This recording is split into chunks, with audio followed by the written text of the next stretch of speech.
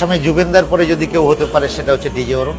এর ক্রেজটা আছে। জুবিনদার সাথে তোমার তুলনা একদম করো না। জুবিনদা যা গান করছে না, অতগুলো তোমার ফ্যান ফলোয়ারও নাই, বুঝলে কাকা?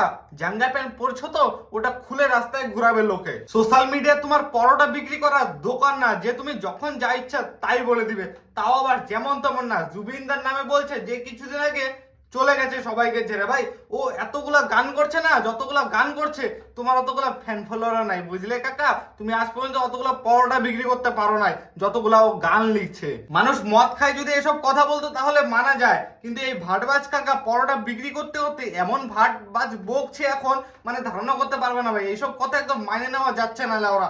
ও নাকি জুবিনদার সমান ভাই, জুবিনদার পরে নাকি এই ডিজে অরুণ। তাহলে ভাবো এলারা কত বড় মিথ্যাবাদী, সারা কি হারে ডায়লগ দিয়ে বেড়াচ্ছে লোককে।